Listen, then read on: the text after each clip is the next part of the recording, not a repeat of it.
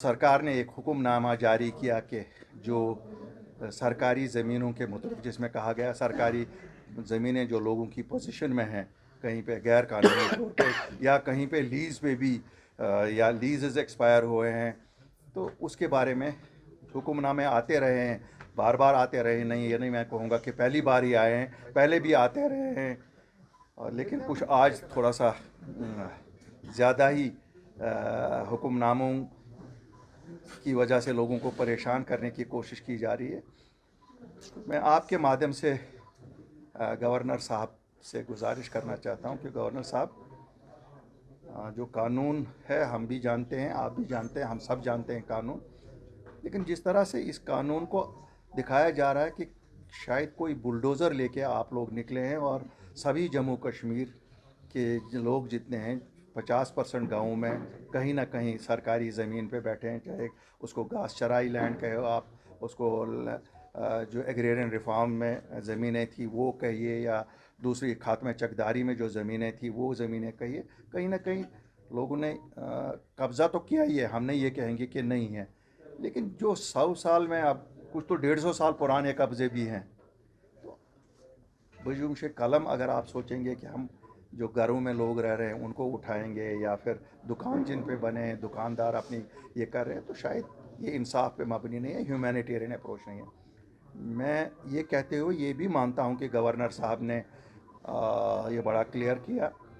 मेरी भी जब उनसे मुलाकात हुई तो उन्होंने मुझे भी क्लियर किया कि साहब, किसी गरीब का नहीं उठाया जाएगा, ये दुकानदारों को ये नहीं करेंगे। बल्कि होम मिनिस्टर साहब से मुलाकात हुई, उन्होंने भी एश्योर किया, कहा लेकिन कुछ ब्लेटेंटली वायलेंटली बड़े किसी ने पकड़ा होगा, उससे 100 कनाल पकड़ा है, 1 कनाल पे घर बना है, 2 कनाल अगर उसके रहेंगे भी, बाकी पे तो कोई और कुछ ना कुछ और हो सकता है।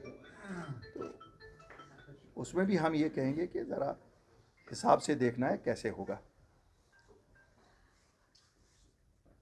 गवर्नर साहब ने कुछ तजावीज़ जो हम लोगों ने दी उस पर एक्ट भी हुआ है। कल आपने देखा एग्रेरियन रिफॉर्म्स में जो ज़मीनें थी उन पर मालिकाना हुकूक की बात की जा रही है, तो काफ़ी हद तक प्रॉब्लम उससे भी दूर हो जाएगी।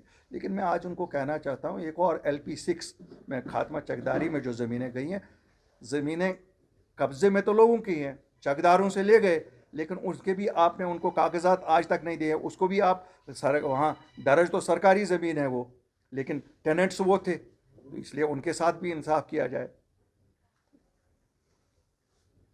एक इम्प्रेशन सा जो बनाया जा रहा है कि किसी न किसी तरह से यहाँ माहौल को ख़राब किया जाए। यहाँ जो हमारी बदकिस्मती से हमारी अपनी ब्यूरोक्रेसी है, they are trying to be more loyal than the king. मैं ब्लैंकेटली नहीं कहूँगा कि सभी, लेकिन कुछ अफसरान लोगों को बहुत तंग कर रहे हैं। मैं गुजारिश करूँगा उन अफसरान से कि बाज आए इससे। क्यों, ये आम लोग हैं, आम लोगों को हिरासा करना आपका हक नहीं बनता है।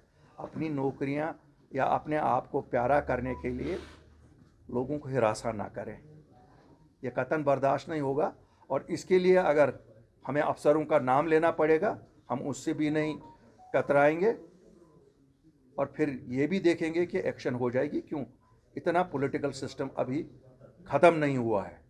ये ज़रूर है कि पॉलिटिकल सिस्टम इस वक्त ब्यूरोक्रेसी के हाथ में है, लेकिन पॉलिटिशियन होते हैं, और जब पॉलिटिशियन लोगों के लिए निकलते हैं फिर उनको कोई रोक नहीं सकता है। और जब सच बात पे निकले उसमें तो अल्लाह भी साथ होता है। और हमें यकीन है कि अपनी पार्टी ने हमेशा सच बोला है।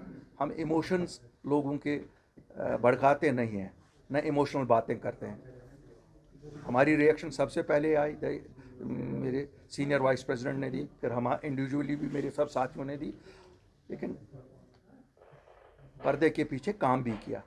हम खाली बात नहीं करते हैं कि शायद मीडिया शाम को चैनलों में चले या भी अखबारों की सुर्खियां बने। हम ये ज़रूर करते हैं, जैसे हमने जिस वक्त ये था कि 370 उठा, हम वो लोग हैं जिन्होंने गालियां खाई हैं, तोहमतें खाई हैं, वो नाशाइस्ता चीज़ें हमारे बारे में कही गई, लेकिन हम निकले, हमने नौकरियों का तहफ़्फ़ुज़ किया। और शायद मुझे लगता है कि आप सबको मालूम है कि कैसे हमने क्लास फोर्थ नौकरियां जो रखी गई थी सब नौकरियां यहाँ के लिए। इसी तरह 95% ज़मीनों का तहफ़्फ़ुज़ का ऑर्डर हमने करवाया। हमें लोग क्रेडिट दे या ना दे, लेकिन अल्लाह के पास उसका ज़रूर क्रेडिट है। और इसी तरह से जब जब यहाँ कंट्रोवर्सियाँ उठाई गई, चाहे वो 25 लाख वोटरों की उठाई गई, आपको याद होगा आप लोगों के साथ ही मैंने बात की कि नहीं साहब ये सही नहीं है, और वही साबित हुआ। आज भी अल्ताफ़ बुखारी आपको और लोगों को ये कहना चाहता है, जहाँ पर आपके साथ कोई ज़्यादती कर रहा है, किसी के घर को उठाने की कोशिश की जा रही है, कोई गरीब कम्प्लेक्स कहीं बना है, 40 दुकानदार हैं उनके साथ कर रहा है, मैंने कहीं पर मेरी नोटिस में आया है।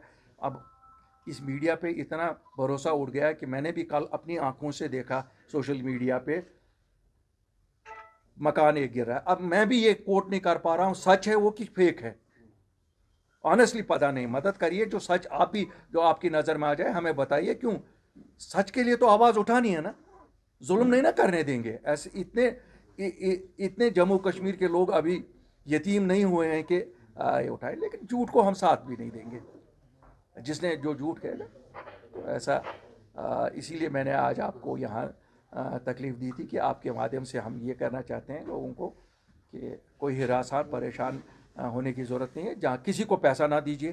कोई अगर अफसर कहेगा पैसा दे दो हम बचाएंगे, कोई मुलाजिम आएगा आपका बचाएंगे, देखिए ये बिल्कुल ना करिए। आम इंसानों लोगों के घरों को कोई नहीं हाथ लगाएगा, और अगर कोई कहीं पे किसी दुकानदार के दुकान पे नहीं, बाकी बड़े बड़े हो सकते हैं कुछ। मैं ये भी बताऊंगा आपको, ये नहीं हो, मुमकिन ही नहीं है कि यहाँ जो होटल बने हैं तो फिर उनको वहाँ से निकाला जाएगा। ठीक है, पैसा शायद उनको देना पड़ेगा, और क्यों नहीं देंगे अगर उन्होंने भी बिज़नेस किया है। और कहीं पे वो लीज़ उनको 200 रुपये का था और वो वहाँ 2 करोड़ रुपए है, शायद जो जायज़ मुनासिब होगा उनसे लिया भी जाएगा, ऐसा भी नहीं है।